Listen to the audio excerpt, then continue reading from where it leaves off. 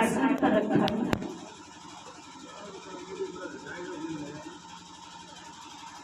ये बसंत पंचमी यानी ये प्रोग्राम जो हमारे दादा गुरु है नगरी निवासी भगवान, उनका जन्म हुआ था बसंत पंचमी। उस दिन उनका जन्म हुआ था, उसी के उपलक्ष्य में ये प्रोग्राम मनाया जाता है। जो गुरुदेव भगवान के परम पूज्य गुरुदेव भगवान हैं, उनके भी परम पूज्य गुरुदेव भगवान यानी नगरी निवासी भगवान गुरुदेव भगवान ने उनके जन्मदिन के उपलक्ष्य में ये 5 दिन का कार्यक्रम रखा। कहते हैं कि कोई जब महापुरुष इस दुनिया में आता है तो एक यादगार, एक इतिहास बन जाता है।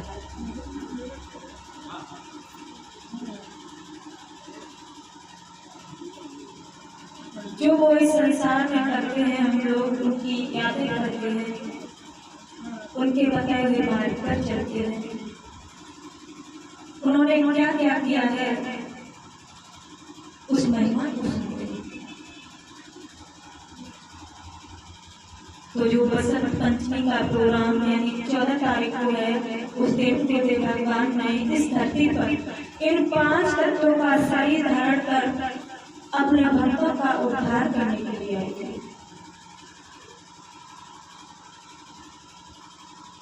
और कहते हैं कि अगर भगवान अपने भक्त के लिए क्या नहीं करते, भक्त एक बार अगर कुछ सोचता है भाव के साथ, विश्वास के साथ, तो गुरुदेव भगवान उस इच्छा को अवश्य पूरी करते हैं। आज जो नगरी निवासी गुरुदेव भगवान है, पूरे हमारे जहाँ जहाँ उनके आश्रम में बहुत बड़ा, वैसे तो आनंदपुर में भी एक आश्रम बहुत बड़ा है, हर जगह ये प्रोग्राम उनका मनाया जाता है। और महापुरुष इस दुनिया में तभी आते हैं जब भक्त आते हैं। भक्त जब भगवान को पुकारते हैं, भगवान अपने भक्तों की इच्छाओं को पूरा करने के लिए किसी न किसी रूप में कहीं न कहीं अवतरित जरूर होते हैं।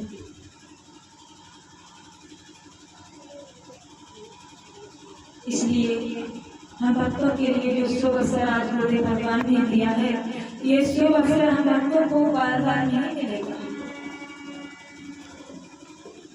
सत्संग की एक ऐसी महिमा होती है कि हम लोगों को संतों के बारे में बताया जाता है कि उन्होंने क्या किया था अपने जीवन में, वैसे ही हम लोग सुने और उन्हीं के आधार पर हम सभी भक्त चलते।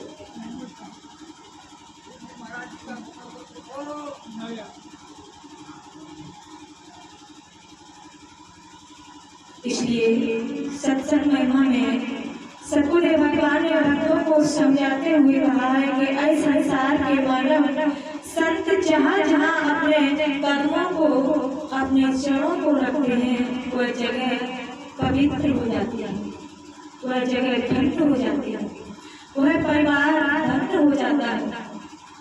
उस परिवार के लिए एक इतिहास बन जाता है, जिस जगह संत महापुरुष जन अपने कर्मों को रखते हैं।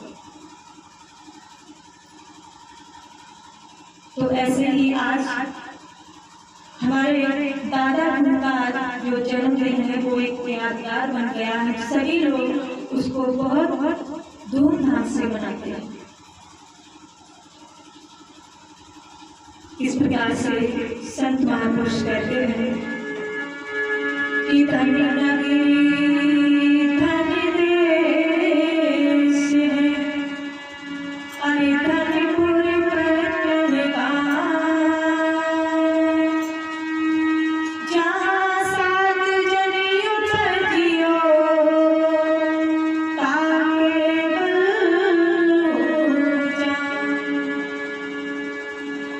कहते हैं कि वह नगर धन्य हो जाता है। धन्य है है वह परिवार, धन्य है वह गाँव जहाँ ऐसे संत महापुरुष जन्म लेते, जहाँ ऐसे महापुरुष अपने चरणों को रखते हैं। मेरे भगवान कैसे एक जिस जगह अपने कदमों को रखते हैं वो जगह कैसे पवित्र हो जाती है। हम नवी निवासी जो होते भगवान है उनकी एक बहुत मतलब बिल्कुल सच है जो उन्होंने अपने भक्तों के लिए घटना घटी थी वो आप लोगों को बताते हैं कि एक बार जब सत्संग हो रहा था तो एक भक्त था उस सत्संग सुनने के लिए गए। सत्संग सुनते रहे। जब सत्संग में जो भी बात बताई जाती है वो सत्य बताई जाती है। ऐसे ही गुरुदेव भगवान बता रहे थे तो भक्त ने गुरुदेव भगवान से कहा, प्रभु मैं गरीब हूँ, मेरे पास इतना धन नहीं है जो मैं आपको दान कर सकूं, आपको बुला सकूं।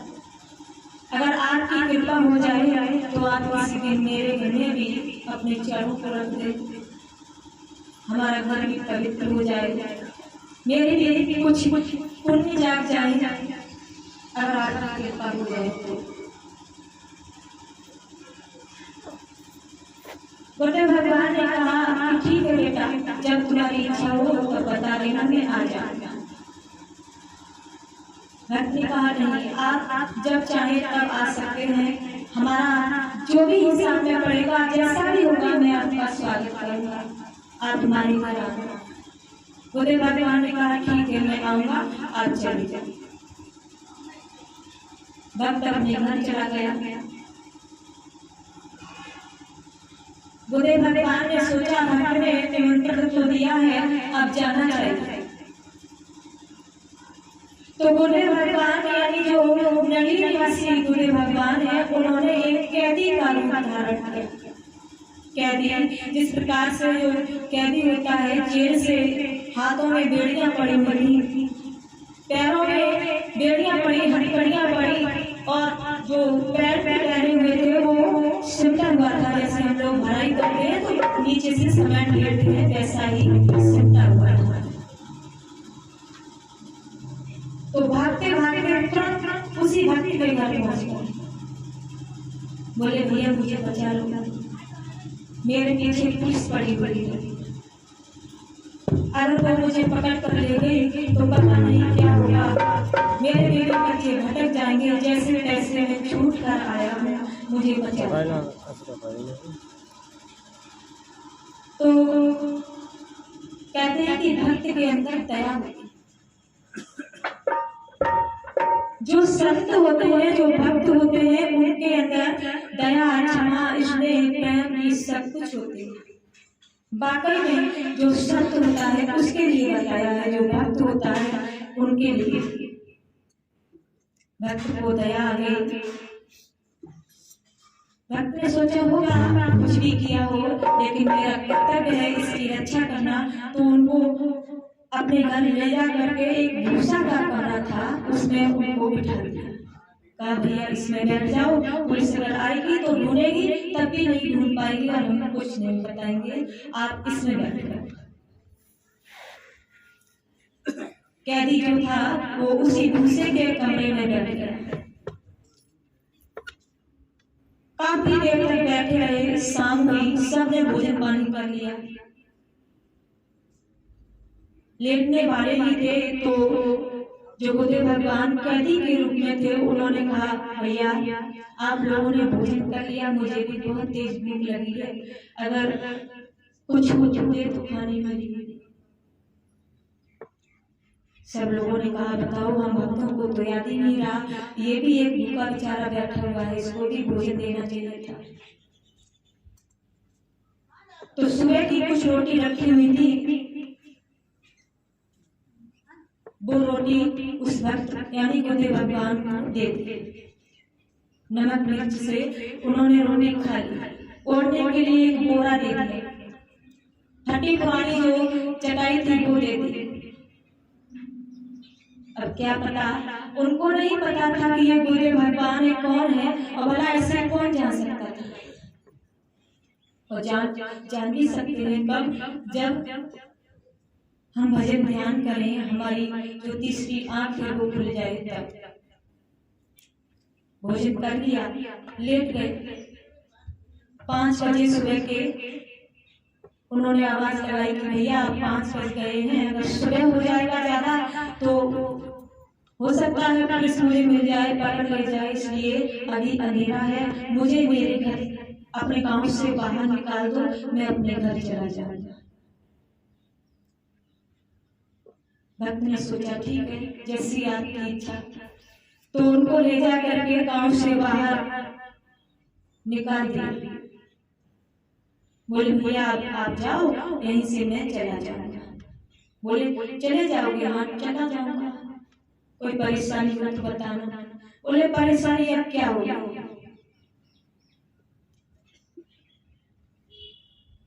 हो ही क्या सकती है, आपने अपनी जो सेवा की। बोले ठीक है तो चले जाओ। जैसे ही भक्त ने 2-4 कदम आगे बढ़ाए, तैसे ही मुझे भगवान ने कहा कि पहले लोग उनको बुलाते हैं, फिर बाद में पहचान नहीं पाते।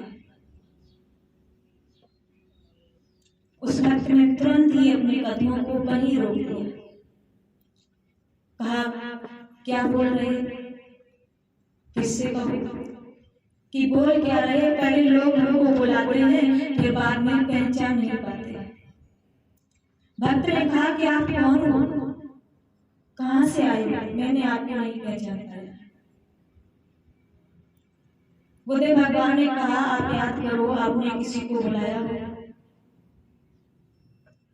भक्त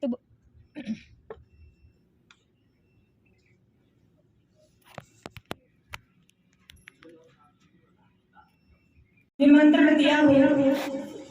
तब भक्त ने याद किया कि मैंने किसको दिया। मुझे तो याद ही नहीं रहा मैंने किसको निमंत्रण दिया, किसको बुलाया है। भक्त कहने लगा कि आप जो भी हो अपने रूप में आ जाइए, मुझे नहीं पता है आप कौन हो। तैसे ही बुद्धे भगवान ने तुरंत ही अपना रूप धारण किया, फिर कैदी का रूप, फिर बुद्धे भगवान अपने ही रूप में बार बार कैदी, बार बार बुद्धे भगवान, बार बार कैदी। ये देख करके भक्त तुरंत ही बुद्धे भगवान के चरणों में लेट गया। प्रभु मुझसे बहुत बड़ी भूल हो गई, आप इस रूप में आए इसलिए मैं आपको नहीं पहचान पाया। मैंने ये क्या कर दिया, मुझे माफ करो। भक्त इतना निहाल हो गया, इतना दुखी हो गया कि आज मैंने अपने बुद्धे भगवान को एक भूसे के कमरे में लिटाया, सुबह की रोटी खिलाई, वो भी नमक मिर्च से, ओढ़ने के लिए एक बोरा दिया, चटाई बिछाने के लिए दी। मैंने अपने बुद्धे भगवान की कोई सेवा नहीं कर पाई। प्रभु मैं पाप का भागीदार हूँ, मुझे कोई दंड दो, अब मैं जीवित नहीं रह सकता हूँ। बुद्धे भगवान ने कहा बेटा कोई बात नहीं, जो भी हुआ अच्छा हुआ, आपकी कोई गलती नहीं, अब आप अपने घर चले जाओ। जो भी आपसे बना आपने मेरी सेवा की। बोले अब मैं घर वापस नहीं जाऊंगा। बार बार कहते रहे बुद्धे भगवान बेटा कोई बात नहीं, जो भी हुआ सब ठीक हुआ, अब आप घर चले जाओ। बोले नहीं, अब मैं आपके चरणों में रहकर आपकी सेवा करूंगा, मैं अब घर वापस नहीं जाऊंगा। बहुत देर तक समझाते रहे, भक्त नहीं माना, क्योंकि पहले निमंत्रण दे दिया था, वो नहीं समझ पाए कि बुद्धे भगवान हमारे बुद्धे भगवान है, वो तो सादा एक कैदी समझ रहे थे। पता नहीं क्या किया होगा, तब उनको जेल में डाल दिया गया, वहां से भाग कर आए। तब बुद्धे भगवान ने सोचा ये ऐसे नहीं मानेगा, अगर मैंने इसको अपने साथ ले गए तो बीवी पीछे भटक जाएगी, तो प्रभु की भी क्या लीला होगी। बुद्धे भगवान ने फिर कहा बेटा चले जाओ, कोई बात नहीं, मैं तुझसे रुष्ट नहीं हूँ, मैं बहुत प्रसन्न हूँ, चले जाओ अपने घर जाओ, मैं भी जा रहा हूँ। बोले नहीं, अब मैं आपको छोड़कर कहीं नहीं जाऊंगा, आपके चरणों की सेवा करूंगा, पूरा जीवन आपकी सेवा में लगाऊंगा। बुद्धे भगवान ने सोचा भी ऐसे नहीं मानेगा, तो गुरुदेव भगवान ने उसके घर में जो कमरा था, कमरे के आगे बरामदा जो था उसमें 3 पील पाए लगे हुए थे। बीच का जो पील पाया था वो सोने का बना था। गुरुदेव भगवान ने कहा बेटा उठो, देखो अपने घर जाकर देखो, तुम्हारे घर में जो बीच का पील पाया है, खंबा है, वो सोने का बन गया है। जाकर के तो देखो, तुमने इतनी मेरी सेवा की, तुम्हारी सेवा से मैं प्रसन्न हो गया और प्रभु ने तुम्हारे घर में एक जो खंबा है, पील पाया, उसको सोने का बना दिया।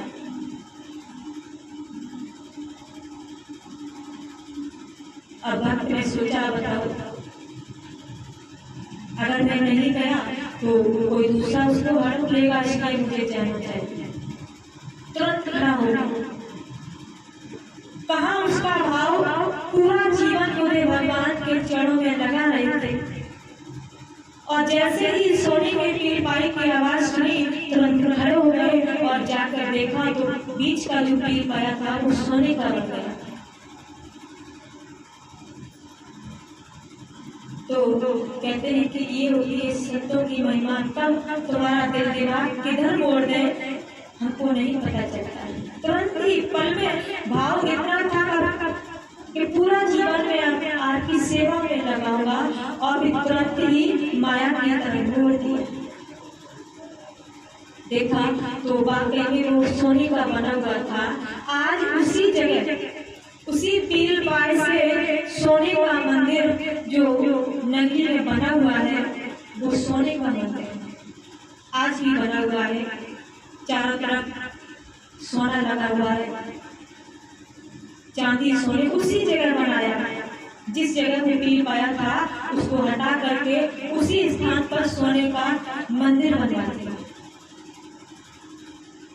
तो ये संत, हम कभी ये ना सोचे कि संतों की महिमा बहुत छोटी होती है। नहीं, कभी इस भूल में ना रहे कि हम कभी भी किसी भी प्रकार से उनकी बुराई करने लगे, उनके बारे में गलत बोलने लगे, उनको गाली देने लगे। ऐसा कभी मत सोचना। क्यों?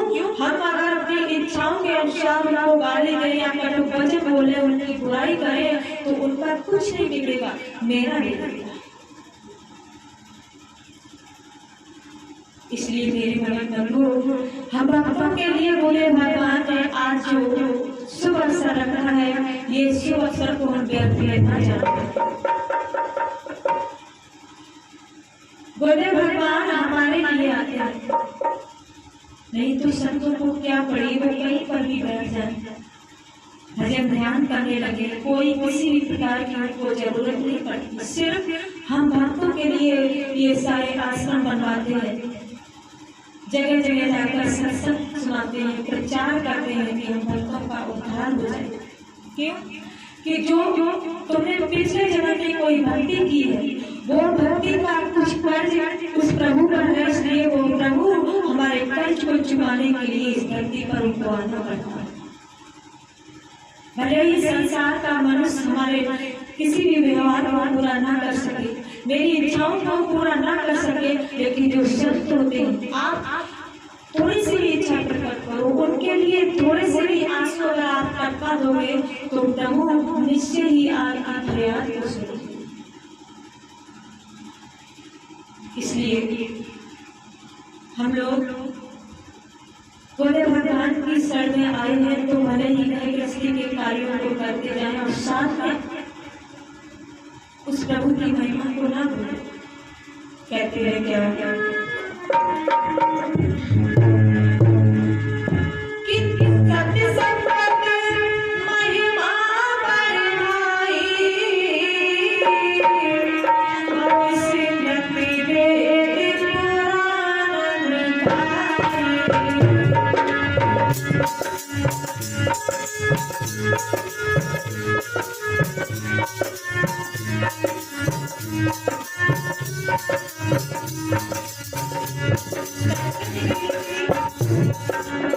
सत्संग की बड़ी घटना होती है, लेकिन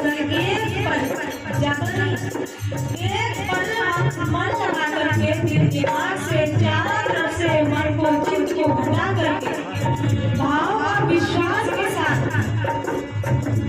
बिल्कुल एक कोरे कागज की तरह बैठ करके एक पल का सत्संग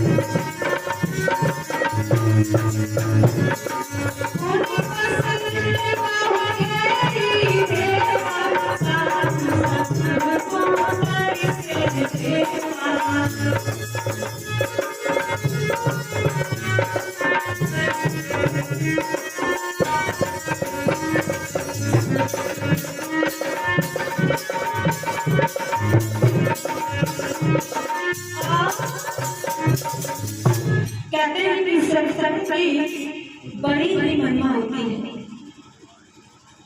वो स्वामी तुलसीदास जी कहते हैं कि सत्संग की बड़ी महिमा होती है, जिसे स्मृतियों ने, वेदों ने, पुराणों ने नेत नेत कर गाया है। और संकट में कहते हैं कि पूरी जहां संकट हो वहां कभी भी नहीं जाना चाहिए। क्यों? अगर बुरी संगत की तरफ आप एक कदम भी आगे बढ़ाओ, बुरी संगत की तरफ एक कदम भी हम आगे बढ़ाएंगे तो हमारा कर्म संस्कार जरूर बन जाएगा।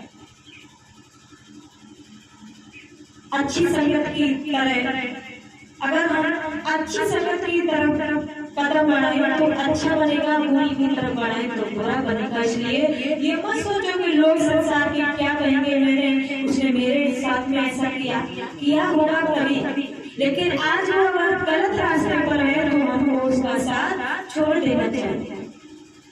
और कहते हैं कि चाहे हमारे घर पर कोई भी किसी भी प्रकार का कार्य हो, उस कार्य को ही करें, लेकिन थोड़ा सा समय हम सत्संग के लिए करें, क्योंकि ये सत्संग मुझे बार बार नहीं मिलेगा। जो सुनाया जाता है, बताया जा रहा है, वो मुझे बार बार नहीं मिलेगा। इसलिए जो भी समय हमको मिले हम सत्संग में निकालें। कहते हैं कि कुल वशिष्ठ का हो यही विवाह और साधु संग को दर्शन देवा। देवता जन तरस रहे हैं साधुओं की, संतों की संगत के लिए। क्यों? क्योंकि देवताओं को भी इस 84 लाख योनियों में आना पड़ता है, भोग को भोगना पड़ता है, वो भी काल के बंदिश में, वो भी काल के हिसाब से चलते हैं। क्यों? क्योंकि काल जो ब्रह्मा विष्णु महेश कौन है? काल के पुत्र हैं, यानी निरंजन के पुत्र हैं। उनको भी मोक्ष और मुक्ति प्राप्त नहीं है, इसलिए उनको इस 84 लाख योनियों में भी आना पड़ता है। इसीलिए वो हमको यानी संतों को पुकारते हैं, संतों की याद करते हैं, संतों के दर्शन करने के लिए व्याकुल रहते हैं। वो सोचते रहते हैं, प्रभु से प्रार्थना करते हैं कि हे परवरदिगार, मुझे मनुष्य का शरीर दो, जिससे मैं मनुष्य के शरीर में जाऊं, संतों की सेवा करूं, दान करूं, पुण्य करूं, उनके बताए हुए मार्ग पर चलूं। और हमारा कितना अच्छा भाग्य है, जब चाहो तब दर्शन करो, जब चाहो सेवा करो, जब चाहो तब हम बोले भगवान के श्री मुख से हमारी बारिश सुने। आपका बहुत बड़ा, ये मत सोचो कि मैं एक साधारण मनुष्य हूँ।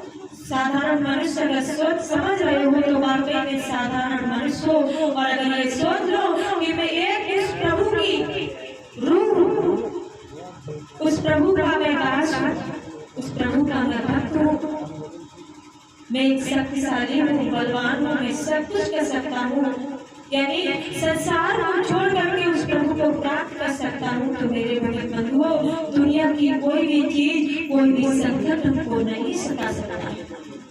और बताया है क्या कि कबीर संगत साधु की, हरि कवन किस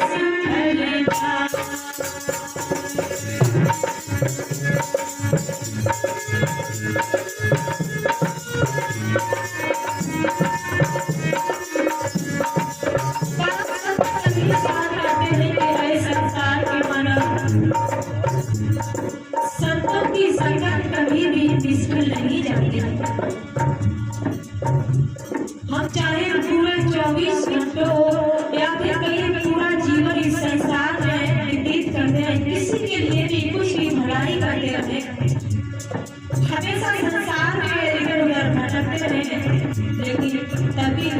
को शांति नहीं मिल सकती। कहते हैं कि एक घड़ी हम संतों की संगत में जाकर के बैठ जाएं तो वो समय हमारा निष्फल नहीं जा सकता है। वो हमारे लिए, हमारे भविष्य के लिए कल्याण, यानी हमारा भविष्य इस भर सागर से अपने बाहर निकलेगा। एक पल का सत्य, एक पल का सत्य कहते हैं क्या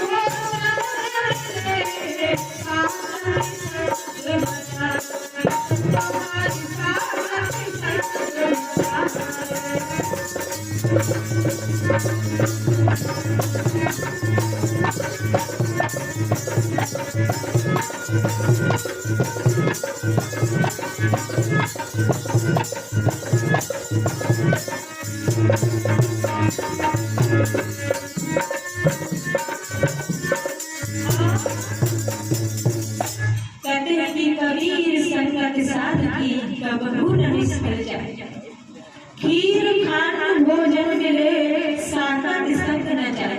सागर कहते हैं निगुड़ा। कहते हैं कि अगर हम किसी भी धार्मिक स्थान पर जा रहे हैं या संतों की संगत में हम जा रहे हैं तो ये मत कभी सोचना कि मैं वहां जा रहा हूँ, मेरा बहुत सम्मान हो, मुझे ऊंचे आसन पर बिठाया जाएगा, मुझे सभी लोग जाने, मेरी बड़ाई बढ़ेगी। नहीं, संगत में जाओ और सोचो कि बढ़िया बढ़िया पकवान खाने के लिए मिले। नहीं, ये सोचो कि जब कहते हैं कि कबीर संगत साथ की कबहू न निष्फल जाए और खीर खान भोजन मिले सागर संग न जाए। अगर संतों की संगत में जाकर के मुझे भूसी की रोटी खाने के लिए मिल रही, भूसी की रोटी, तो उस भूसी की रोटी को प्रसाद के रूप में खा लेना चाहिए।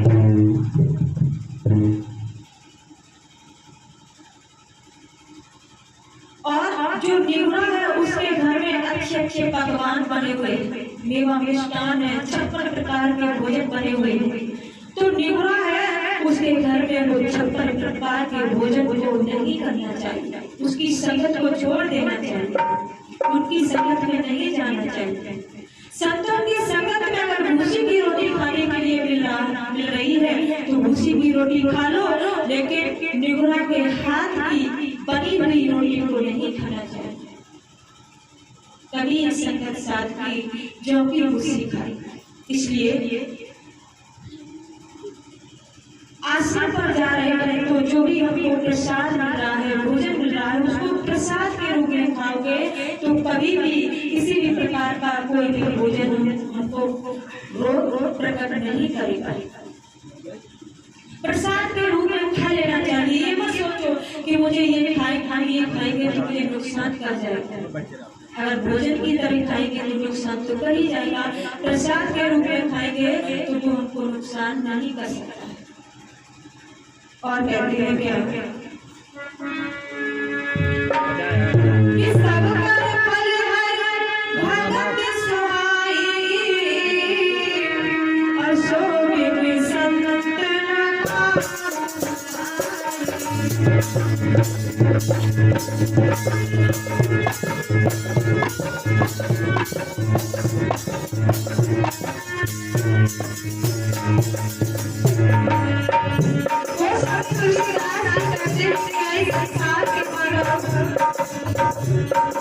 इस संसार में जिंदगी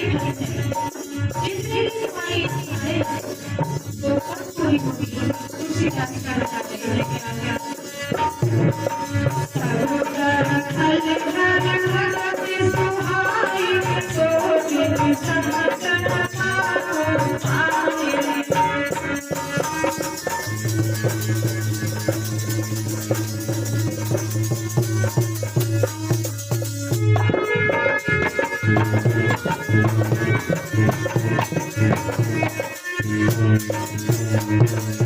Thank you.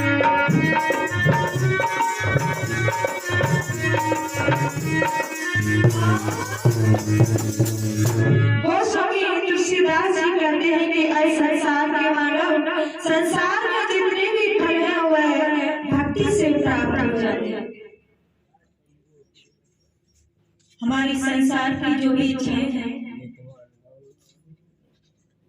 वो इच्छाओं को हम कैसे पूरा करते हैं? दिन रात खेतों पर लग करके कोई चोरी करके इच्छाएं पूरी करता है, कोई खेतों पर कार्य करके अपनी इच्छाएं पूरी करता है, कोई किसी को सता करके अपनी इच्छाएं पूरी करता है। लेकिन गोस्वामी तुलसीदास जी कहते हैं कि संसार की जो भी तुम्हारी इच्छाएं हैं, अगर तुम उन इच्छाओं को भी पूरा करना चाहते हो तो प्रभु की भक्ति करो। और प्रभु की भक्ति कब प्राप्त होगी? जब आपको कोई सच्चे सत्य मिल जाएंगे। सच्चे सत्य जो होते हैं वो जब उस प्रभु के नाम को आपको देंगे, उसका जब आप अभ्यास करोगे तब भक्ति होगी। और जब भक्ति होगी तो आप जो भी अपने मन में सोचोगे, जो भी अपने मन में सोचोगे, चाहे संसार का कार्य हो या कोई भी किसी भी प्रकार का कार्य हो, वो हर इच्छा आपकी पूरी होगी। ये नहीं कि 24 घंटे घर खेतों पर लगे रहे, कोई इच्छा नहीं पूरी हो रही, नींद सब कुछ, सुख चैन शांति नींद सब कुछ त्याग दी, लेकिन फिर भी हमारी इच्छाएं पूरी नहीं हो पा रही। और इतनी अगर हम भक्ति के लिए निकाल लें, भक्ति करने लगे, तो जो आपको संसार में नहीं मिल रहा है वो भक्ति करने से संसार की भी चीज आपको प्राप्त होगी। बाकी और जो भी प्रभु है, प्रभु का दर्शन, आनंद, ये सब कुछ प्राप्त होगा। लेकिन संसार में जो भी आप चाह रहे हो वो भी प्राप्त होने लगेगा, तब जब भक्ति का अंकुरण होने लगेगा। और फिर वैसे तो कहते हैं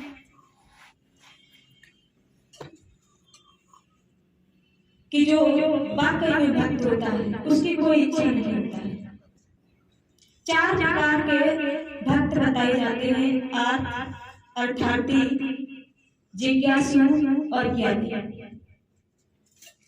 ये जो 4 प्रकार के भक्त होते हैं, वो भक्ति तो हर इंसान किसी न किसी प्रकार से करता है। और भक्ति करना हम लोगों के लिए वैसे तो हम सोचते हैं बहुत कठिन है, भक्ति के मार्ग पर बहुत संकट आते हैं, बहुत कठिनाई आती है, लेकिन उनमें उससे ज्यादा ही आनंद आता है। कहते हैं कि आर्त जो भक्त होता है वो उसके अंदर जो दुख है, उस दुख को दूर करने के लिए प्रभु को याद करता है।